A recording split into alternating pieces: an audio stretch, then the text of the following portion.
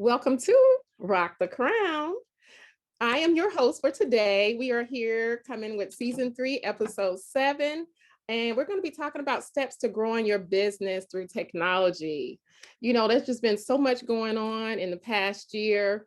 But I'm your host, Nefertari, and I have with me our beautiful queens, Daia, Naima, and Nafisa. So we're going to be talking about technology growing your business. And, first I just want to make mention that there are many small businesses.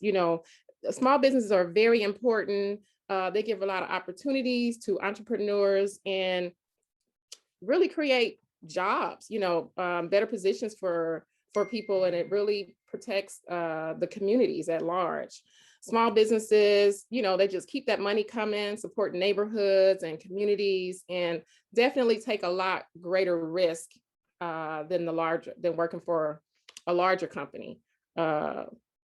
People who work for small businesses, because a lot of small businesses come in, go out, and so we want to kind of help today and talk about what some of those things you can do in growing your business through technology. We know in the past year, COVID has really had an impact on the small businesses, and a lot of businesses have shut down. Some of them are kind of hanging on by a thread. But we also have had a lot of people who have started new businesses in the past year as well. So we're going to talk about technology, talk about the internet. Everybody knows the power of the internet, and we want to be able to continue growing and with the small businesses. I would say since 2000, 8.4 million net jobs have come into place, which is 4 million more jobs than the larger businesses. And so it's definitely something that's very important. And we know that technology is changing rapidly.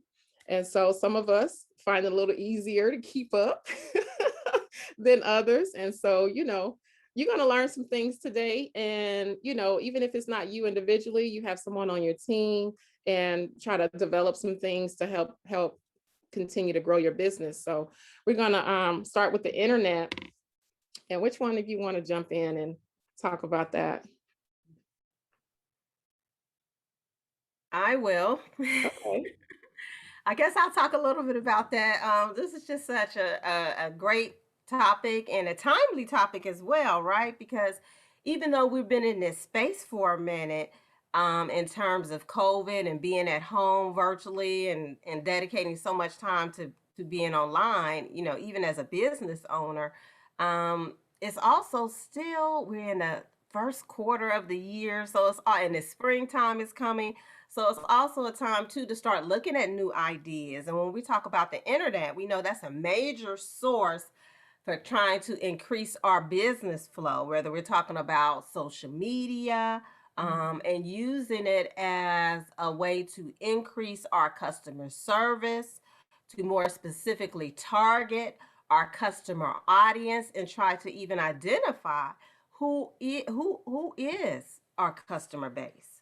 That's just some of the things that we think about when you talk about the internet, whether you're doing that through the different social media outlets in terms of Facebook. If you're on Facebook, that has different targeting software that you can use to target your specific audience.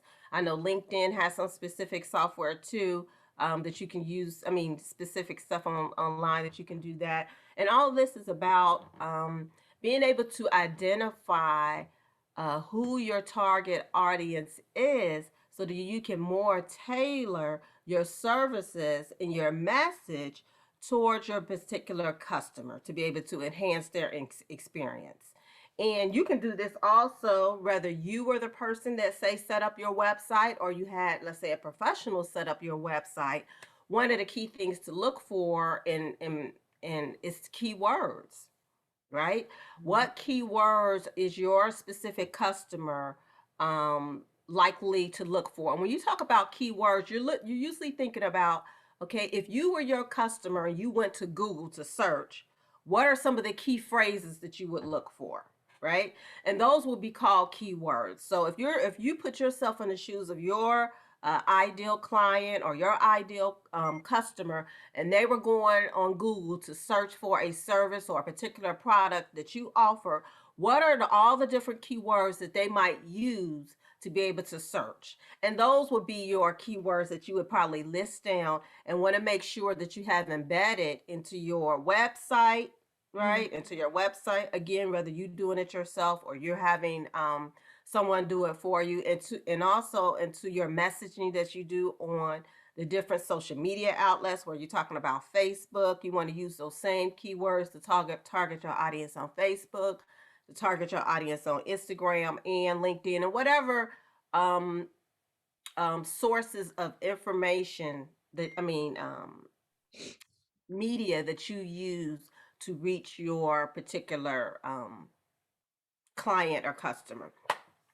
Another good way to also keep the business flowing is to attend networking events. Now, I know we're on social media and everything is virtual, but I've attended a lot of networking virtual events. So this is also a great thing, particularly if you're on Facebook, you can sign up for different groups.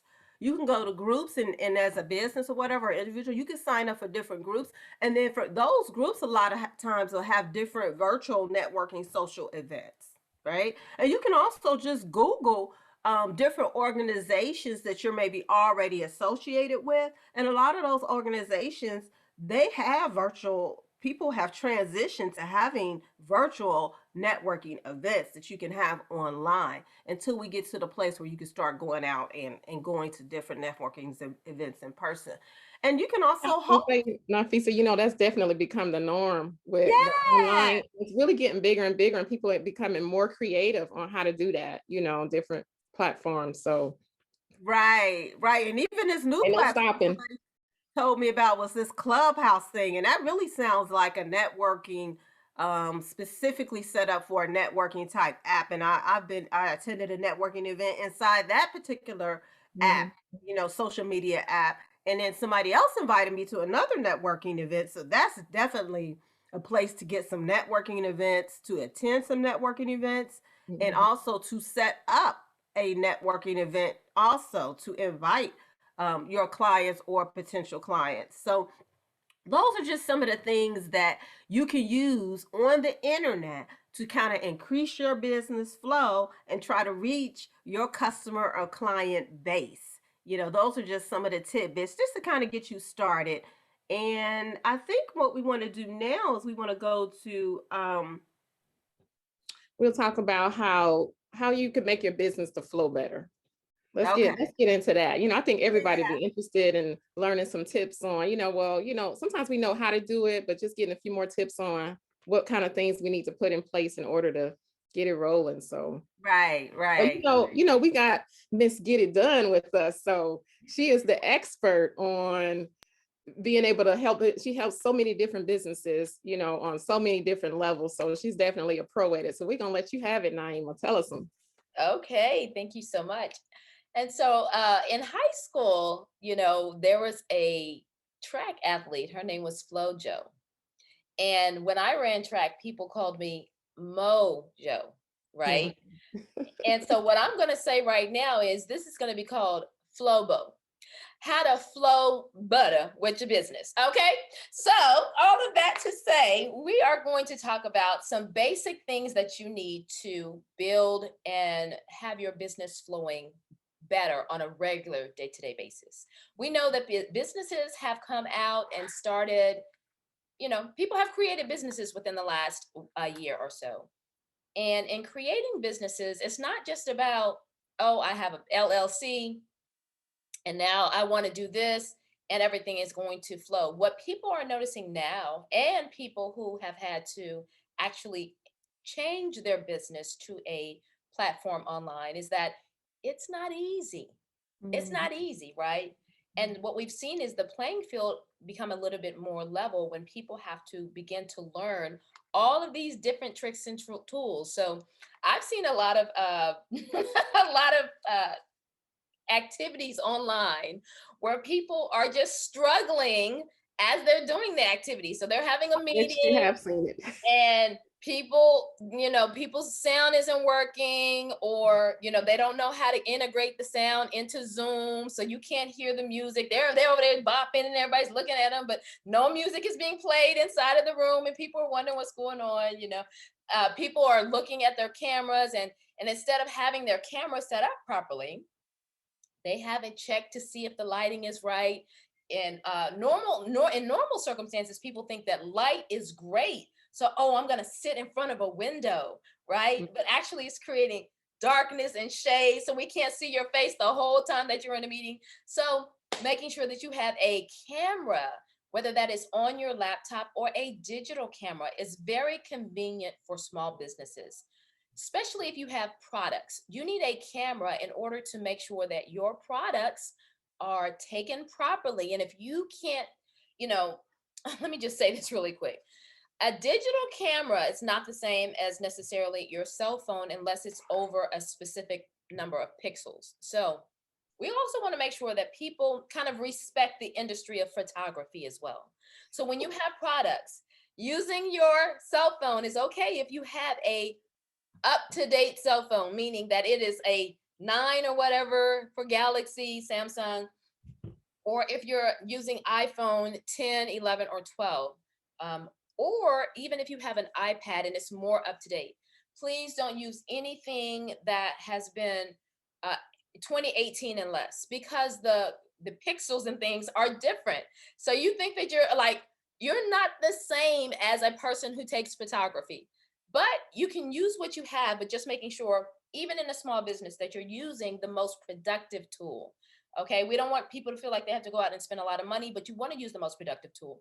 And inside of that, as you're doing these networking events online, we don't have business cards per se anymore. But if you do have business cards and you're transforming your business, one thing you want to do is get a business card scanner so that you can scan all your old business cards and go ahead and put those in a file on your computer now. Mhm. Then what you want to do is create a online business wallet or an online business file where you actually can keep people's profiles inside of, whether it's a database on a spreadsheet or whatever. Some basic office productivity tools that you would need in your home office, because I know a lot of people now have home offices, and you will be probably using this on your taxes, is you need a computer. A computer, whether it's a desktop or a laptop. You can use an iPad, but there are some processes that require, a larger a tool to be used. So a processor, you need a spreadsheet program, which generally a lot of people these days are using Excel or Google Sheets. Those both integrate with each other. So that's important in case you need to export one out or import one into each other. You can do that. A presentation tool. People are using, of course, we have Keynote for those who are on Mac. You have Microsoft PowerPoint, and then you also have Google Slides, which is, Google in general has all of the tools that Microsoft and Apple have as well. Then you have a PDF reader. A PDF reader is going to just read the PDF. There is a free online version that will also allow for you to, I've heard a lot of people sometimes when they get documents, they're like, I can't sign the document. If you have a PDF reader, you can sign the document. There's a little tool at the top that looks like a pen. And actually, if you put your signature in there, it will save your signature on your computer. So whenever you need to sign a document, you can do that as well. So all of the tools that you need are all there. Then always thinking of making sure that if you can get these tools for free, do that first before having to invest in it. But also, if you have to invest in it, knowing that it will also go toward your equipment and or business expense. And hopefully I'm saying that correctly, Daia and Nafisa. Also thinking about some programs you have is Microsoft Office, which is available for those people who have PCs. And on a Mac, you have the same tools, except for they're a little bit different. You have Pages, you have Keynote, you have Numbers on a Mac. And then of course, also having Google, which also has those same type of tools, which is the Sheets, Google Word, all the same things, except for it's in Google. Okay, thinking about those things, and those are free. You also have Open Office, which Open Office is a little bit different than Microsoft Word and all of the other ones because sometimes some of the other tools will not open openoffice.org, but it won't open those tools. So just thinking about if you do use Open Office, it's not as integratable as the other ones. Just think about, but it is a free tool. So if you wanted to not have to use the expense of Microsoft Office, then you can use Open Office. You have mind mapping or brainstorming tool electronically to determine how ideas are interconnected. You also have on the Mac, you have Omnigraffle, which is a tool similar to, what is it called I forgot what it's called in Microsoft, but basically like all of these tools where you can create org charts, you can connect sheets to them, you can connect workbooks to them, you can connect files to them, all of those things are some other tools. You have Mind Manager, which is basically like a virtual whiteboard. Again, all of these, just exploring all of the Microsoft Office, Mac, and Google have all of these tools inside of it. And then an expanded version of the Adobe Acrobat, which the full extended version will allow for you to convert tools. So converting a PDF into a Google Sheet or into an Excel, or a PDF into a Word sheet if you need to manipulate different things. And then thinking about QuickBooks. QuickBooks is important for people who are not necessarily accountants, but also making sure that if you're using QuickBooks, a lot of people are, self-employed now. So QuickBooks Self-Employed is a tool that you can use for about $15 a month. Once you connect your bank to it, it'll automatically pull all of your charges into QuickBooks. And remembering, it's very, very important that when you have a business, that you have a business account. It's very difficult to use your personal account. And sometimes, even when you are looking for grants or awarding money, they're not going to give you funding when you have a personal account that you're using for your business. So making sure that you have your own business account. And then when you put everything into QuickBooks, that way at the end of the month, you can reconcile your business account and keep it moving. That's very, very important. And if you don't know how to do bookkeeping, QuickBooks also offers bookkeeping services for you to use. You'll also be able to use invoicing through QuickBooks, which means that you can invoice all of the people that you're looking, that you have, that you've done services for, or that they're purchasing something from you. And you can also use PayPal for invoicing. And one thing about the difference between QuickBooks and PayPal is that QuickBooks does not charge a fee, but PayPal does. QuickBooks goes directly into your bank. PayPal is going to hold it in your PayPal account until you transfer it over. And just also remembering that you can charge a fee for PayPal. And it's just a usage fee. You can charge your people that you're using a usage fee just so that you can get through PayPal if you're going to be using that, because I know people are concerned about that. And the power of the internet in today's business environment is that you have been connected electronically. You will need to have the internet, set up an office. You'll need to have a tech person if it's not you. And this is also where you need to start thinking about maybe bartering with some people or partnering with people that can do services for you, and vice versa. So if you're a person who is, knows a lot of technology and you need your taxes done, partner with someone else and you all can switch those services. And that way, the business expense is not so much on you. Making sure that you have a proper Wi-Fi signal. Wi-Fi is going to be important if you're having technology, because of course you can't do anything without a Wi-Fi service.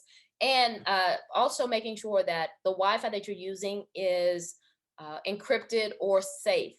So don't have a tendency to, even as you're out, going to even to hotels, make sure that there's secure internet services when you're out. So what happens is people begin to have these businesses that are online, and making sure that you are using a safe internet service or an internet login so that people can't steal from your computer, even when you're on vacation. And then the last thing we want to talk about is the iCloud and or any cloud-based services, which basically is,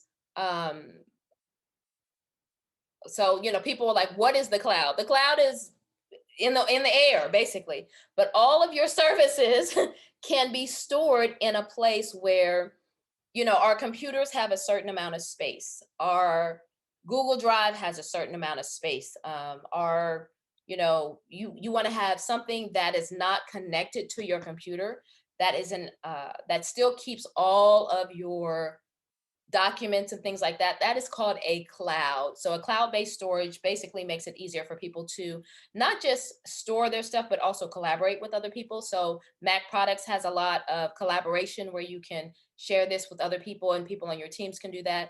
You'll also see that inside of, a lot of people use Canva these days. And I'm just saying a lot in terms of like people that I've been around, but we know that those terms are relative.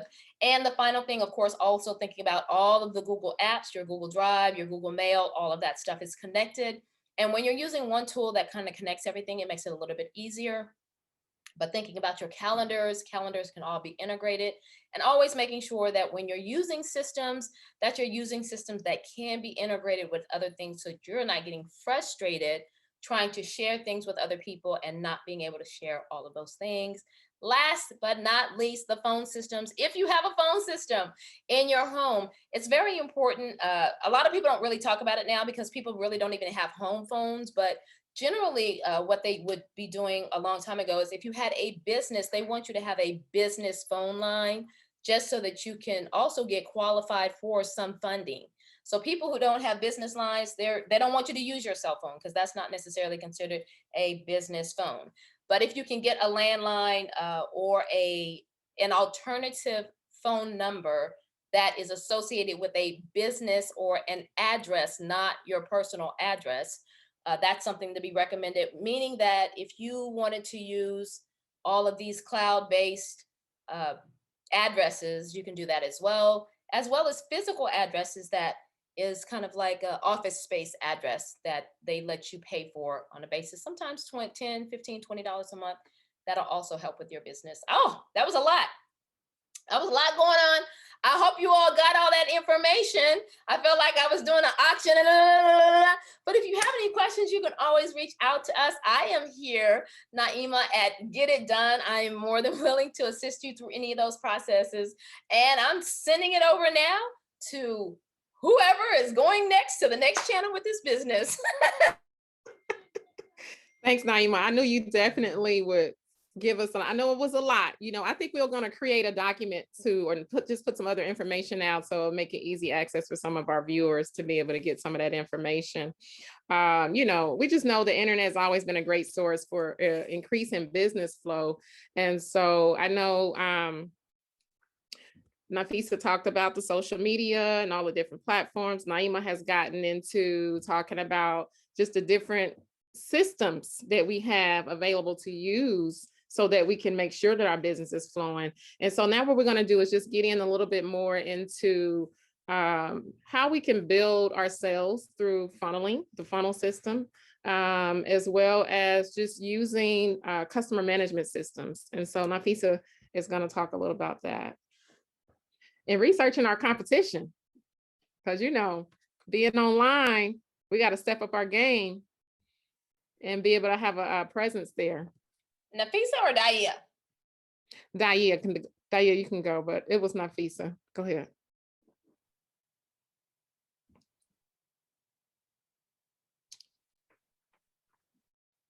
So one of the best ways for us to build our sales funnel, Nafisa, you can go ahead. Okay. All right. So one of the things, what I really like about this is that, and particularly this episode, and I'm so glad that Neff suggested it, it's just ways to try to help you automate a lot of the processes. And I know Naima helped me a lot with trying to automate some stuff, and I need some more help too. In terms of building a sales funnel, you hear a lot of different marketing gurus talk about this, and I would just say that we're offering here just like highlights of different ways, for you to kind of get started, and then you can always research deeper each particular technique or each particular source that we're offering to get more and more detailed information. So first of all, when you talk about a sales funnel, what are we talking about? Let's just get clear about that, because most people, if you're not necessarily had thought about it before, you may not even know that's what it is. But sales funnel just basically means that it is, if you think about a path from the time that your client or your customer first, it's called, I would say it's a 3-step system. You want to attract your customer, you want to convert them, and you want to deliver, right? So those are the basic 3 things: attract, convert, deliver. So that's basically kind of what you think about a sales funnel. You want the client to come in. First, you got to attract them. So you got to figure out how to get them to your path, right?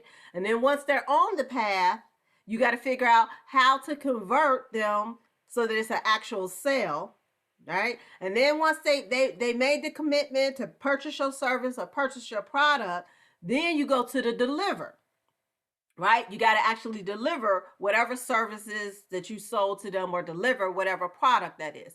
So that's generally, if you keep those 3 things in mind, no matter what marketing system that you use, that's generally the funnel that you want to move people along that path.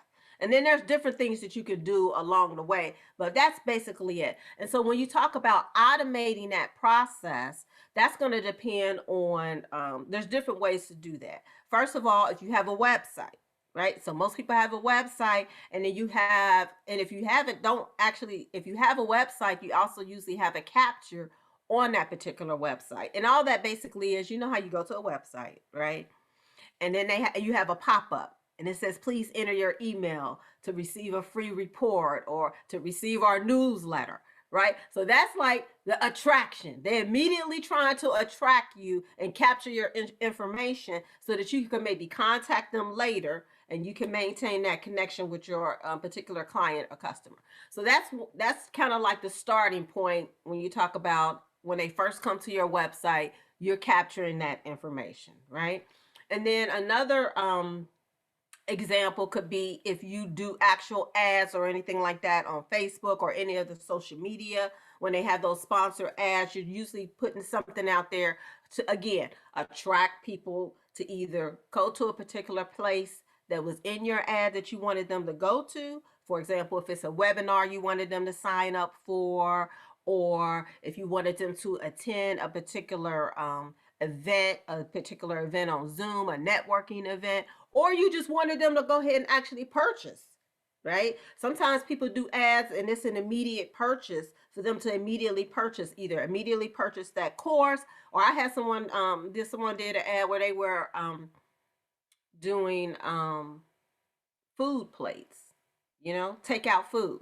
So you could they had the menu, and you could just immediately click on it, and you can go and you can order your food, and they tell you when you can come and pick it up, so that type of thing. So, there are different ways to attract or get people into the sales funnel, but the main ways are going to be your website to get them into the funnel, any type of ad or advertising that you might do on social media or any of the social media outlets. And of course, when we get back to in person, there are all different types of ways to bring them in. And then you have your email too as a way. Once you have their email address, then you can start targeting them to bring them into the sales funnel, or to complete one of those 3 steps: attract, convert, and deliver in terms of your sales funnel. So that's just something that you can a way that you can kind of automate through your website, and also through, for example, social media. That's what I have. And then once you get them, you got to move on to what? Customer management system, right? So once you then got them in the sales funnel and they became a customer and you made the sale, then you got to go to a customer management system, right? For you to be able, after you made the sale, you want to be able to keep in contact with that particular person. Or if there is a long delivery cycle, for example, if you contracted them to offer some type of consulting service where you're going to need to communicate with them over a certain period of time, then you want to make sure that you have pulled them into a customer management system. And a lot of times they call them CRMs, customer client relation management systems. You want to pull them in, and they have automated systems to do that. You can kind of research that. We don't want to get bogged down in a whole bunch of technical stuff, but just understand that for each of those three things that I told you about in terms of attract, convert, deliver, you can research different software based upon that. So an attraction system, if that's something you feel your company is weak for, you can do that. If it's the conversion that you're having problems with, you can research on that. If it's the delivering your actual product or managing the client, the customer through a process, you can research customer management systems. And there's different software that you can use along the way. So that's just a framework kind of to get started or automate. And what else do we want to have? Am I supposed to talk about the research, the competition? Mhm. I could talk about a lot of this stuff, but I don't want to take up somebody else's spot. So I just want to say that. But the main thing, Crown Nation, is we're talking about a lot of things here, but these are just different tools. Some of them you might already use, some of them you might have forgot about, and some of you might not know it about at all, but these are just different tools. And the easiest way is you don't have to reinvent the wheel on a lot of this.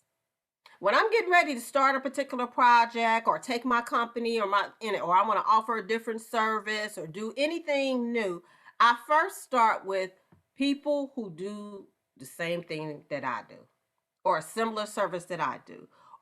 And I go and see what they're doing. So I research the competition or I research and it doesn't have to be a direct competition. It could just be someone who is generally in your field or is generally doing what it is that you want to do or what particular service you want to offer for your business. You want to research them, find out what they're doing. And so a lot of times I just copy them. Oh, they're using what software? Okay, let me look into that software. I might use the same software because if it's working for them, hey, guess what? It worked for me. At least it's a starting point. And it depends on what it is. But that's one particular way is, what methods are they using to attract their client? Are they using a lot of Facebook ads? Are they using a lot of Instagram? Oh, okay. That's where my client is, so I'm going to use the same thing.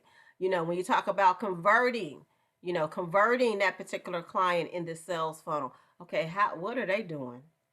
I'm going to research them and I'm going to do the same thing. And a lot of times I just Google different people that's in my industry, top firms that's in the particular industry that I'm trying to research. And they come up and I go to their website and see what they doing. And oh, that's how they doing it. Oh, okay, I need to do that same thing. Oh, they're using that type of software. Oh, or I might attend their webinars because a lot of people get free webinars. And when I go to the webinar, I'm not just looking at the content that they're delivering, but I'm also looking at a lot of times when you use particular software and have a signature like right in the corner, what it is. I'm like, oh, okay, that's what. Oh, okay, I'm gonna use that too. So those are just like different ways you want to make sure that you're researching your competition. I don't want to take too much time, but you get the point. Those are different things that you can do. You don't necessarily have to reinvent the wheel every single time. And now I guess I'll turn it over to one of my co-hosts to continue and give us some more gems. Thank you, Nafisa, for that wealth of information. Nafisa mentioned, that the three things that you do when you're trying to build your business. That's attract, convert, and deliver. And I also want to add to that, retain. So a lot of times our marketing budget, we consume our marketing budget with, trying to attract new customers, right? We're putting out ads, we're putting Facebook, post out, but there should also be a portion of your budget that goes towards retaining those customers that you have. So this brings me to the thought of having a loyalty program. A lot of companies do that. You go to CVS and they say, do you want to swipe your card? Do you have a phone number you want to put in? They're tracking how much you spend with CVS. And then they usually give some type of rewards, right? So when you go in, you've got a $5 reward that you can use. So this does what? It encourages you to shop more at CVS, right? Mm-hmm. So if Walgreens is not offering a similar program, then you're not going to shop as often at Walgreens as you do, as you would with CVS. So we have to also start doing this and reward our loyal customers who are continually, purchasing from us and doing business with us. When your customers are happy, they will create one of your strongest marketing tools, which is word of mouth. When they're happy with you, they'll tell someone, so and so did a great job. I really enjoyed the products. It came on time. So, delivering great customer service and retaining those customers is very, very, it's very important that we do that and not overlook that in the process. So building a customer loyalty program, it helps to retain the customers. And then you will watch how, by doing that and investing in your current clients will help your business to also skyrocket. That really helps to build your business in that manner. Another way that you can to build your business is to identify new opportunities. So a lot of times, when you have a particular service that you offer, sometimes there are other services that will complement that. And you'll start to notice, like, as you build your client base, they'll start to ask you, well, do you know anyone who does this? Or do you know anyone who does this? And when you constantly get the same question, that should be an aha moment for you. Like, you know what? I could probably add that as an additional service, right? So that's an opportunity for your business, to be able to grow and to add additional streams of income. A lot of times this way you're able to, get one, your customer comes to you for one thing and you're able to also offer another. So that's a way to, consider, new opportunities for your business. And you can also think about what Nafisa said as far as, researching your competitors. What other items are they offering? If they're, a website company, what else are they offering in addition to the website? Are they also offering social media posting, social media marketing?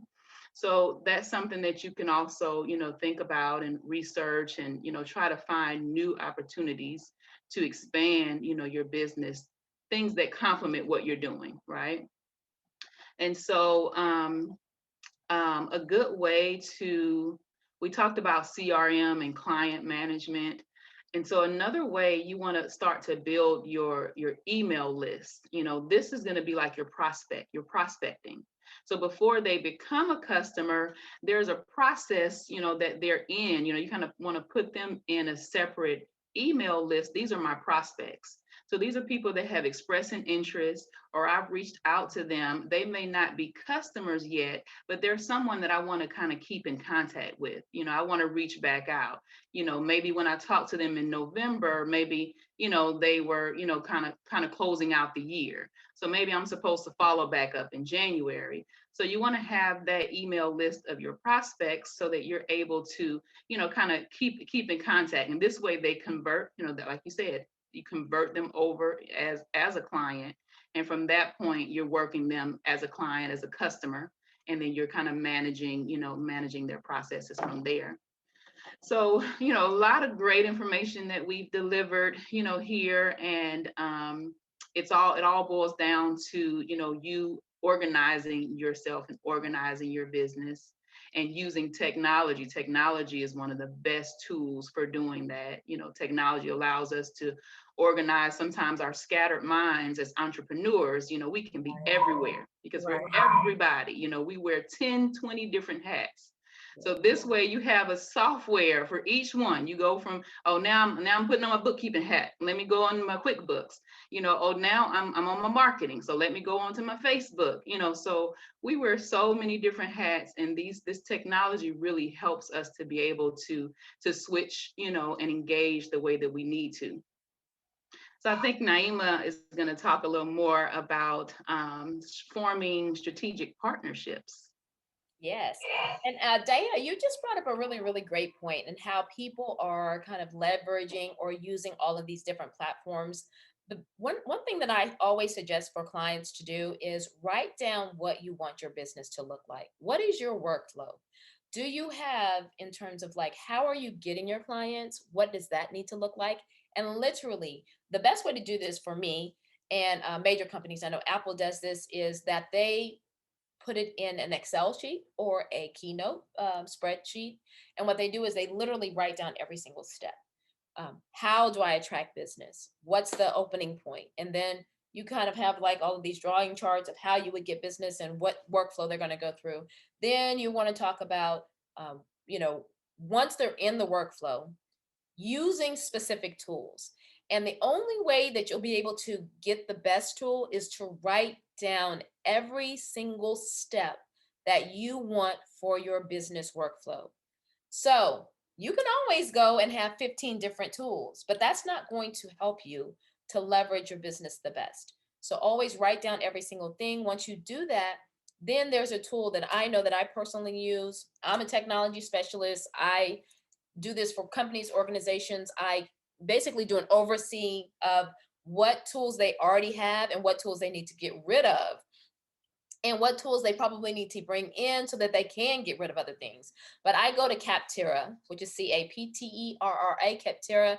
It will basically, if you're looking for fundraising software, if you're looking for accounting management software, if you're looking for volunteer management, all of these different things, it has all of these. And so when you write down what you want your business workflow to look like, when you start looking up things on that specific tool, it'll have check boxes. But if you don't know what you want it to look like, it's always difficult to kind of get caught up on using all of these different softwares, especially for sales. If you know that you have a sales funnel process, you need to make sure that you're getting a tool that does sales funnel. I recommend Kartra for that. Kartra is extremely detailed, and they already have workflow processes inside of there for you to use for your specific business. So thinking about using Kartra for that. But as we're going in, forming strategic partnerships with other companies, great opportunity for you to leverage your business and to create a partnership with another business where they can leverage you. So this is kind of where sometimes when you do your marketing, you'll see your name and their name hand in hand, right? So when you see Target, you always see, I don't know, some other business, but using your partnerships, making sure that they complement each other, but also that the contact and the purposes of each other is to grow and work your opportunities. Thinking about another thing that Diane said, when you're building your email base, make sure that number one, your network is your net worth. So when you're thinking about, okay, I'm going to do these Facebook ads and all these other things, if you only have 100 friends on your Facebook account, it's going to give you an ad according to the number of people that you already have. So no, you're not going to get 100,000 people looking at your things if you only have 100 people on your Facebook page. Even if you have 1,600 people, it's going to turn around and accumulate. Okay, guess what? We'll do you an ad for only 20,000 people. And then remembering these are random people, male, 16 to 25, or female. They're not necessarily all the time targeting your business and your business interests. So just thinking about that when you're using those ads as well. And that's why also it's important to have strategic partnerships so that you can leverage someone else's database as well. And just thinking about and making sure that you have permission to even use your own friends' personal email list. So some people, I've known that they do what is called an email dump, where if they're working together, they'll dump all of their email addresses in one pile and their friends will dump all of theirs in another. But if you do that, please make sure that you get permission from your friends and family before you do that dump. Because as you're doing your newsletter campaigns, it has a little thing at the bottom that says, hey, I gave permission to this person to use my email address. And when you start getting a lot of people checking off or unsubscribing from you, it raises a flag inside of all of the tools for network for the newsletter campaigns, and they will shut you down, literally, meaning like some companies will not allow for you to even use their platform ever again. So just thinking about when you're using those email lists that they are clean. And there are also sites where you can purchase leads, you can purchase those emails. But the strategic partnerships, again, are identifying partners that would be the easiest done, but using the most leverage for those. And then leveraging global platforms, remembering that the internet nowadays, this is everybody is on the same playing field. So if you want to go global with your business, thinking about, as Nafisa was saying, entering into some of those networking events that are global. People keep saying that they want to go global, but you can't go global if you haven't been there. But the internet is helping you get there before you get there, right? So just thinking about using that and using platforms that are more global instead of just only where you are centrally located. So if you're a real estate person and you want to have a property, using Airbnb or Travel Noir or vacation rental by owner, those specific tools will allow for people all over the world to kind of see your house if you're renting it out. And just thinking about how there is really no one place where a business cannot thrive, and don't let people tell you that you can't do a particular business because there's so many people doing it. Guess what? Yes, you can. And I think Nefertari and I were having a conversation a couple of weeks ago. She was reading something where someone said, hey, and I know I'm probably not saying it exactly right, but something about when someone tells you you can't do something, then go to the bread aisle and look how many loaves of bread there are. So it's always an opportunity for all of us to make money, to do things. And this is where you really just need to be creative and use all of the tools that are open to everybody in their business as much as possible. And I'm just wishing everybody luck for 2021, because I know this year is going to be extremely successful for everyone in their industry. And hopefully you'll be able to use those tools. And again, you can reach out to any one of us, from Rock the Crown to our Crown Nation audience, to get you leveraging your business on a technology level. All right. Thank you, Ms. Get It Done. And thank you, Nafisa and Daia. This has really been great, very informative. We know that without a doubt, social media is definitely a very important tool. This is definitely going to help people, the businesses and the client, because we want to make sure that we're responding to our client and making sure we understand what it is that they need so that we can deliver that. And so, even just small gestures of making comments when they comment on your social media, just staying very active with that.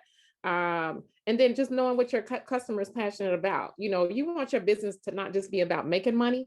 You want to be in business to serve a cause. And so this actually helps your customers to stay there, because they know that, they're benefiting. But then when they see that you're doing something good, think about something that you can give or support a different cause in your community, and make that your part of your company's mission. So we definitely enjoyed our session today. Like I said, very informative, loaded up with a lot of good stuff. Don't forget to like us on Facebook, follow us on Twitter, and subscribe to our YouTube channel. Okay. And we look forward to seeing you on our next time. And follow us on Instagram. Yes. See you all, everybody. Peace.